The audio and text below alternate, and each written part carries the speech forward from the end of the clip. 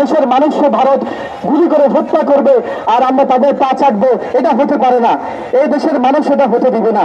আমরা ভারতের এই দ্বিচারিতা কখনোই মেনে নিব না। বাংলাদেশের 18 কোটি মানুষ আছে ঐক্যবদ্ধ।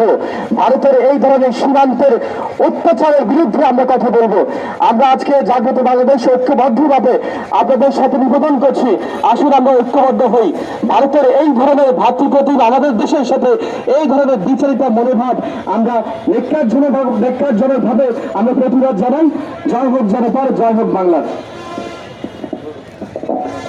সীমান্ত হত্যার প্রতিবাদে এবং বিচারের দাবিতে বক্তব্য রাখবেন জাগ্রত বাংলাদেশ কেন্দ্রীয় কমিটির সদস্য জনাব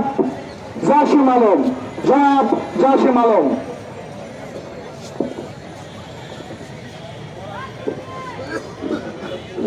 সম্মানিত উপস্থিতি,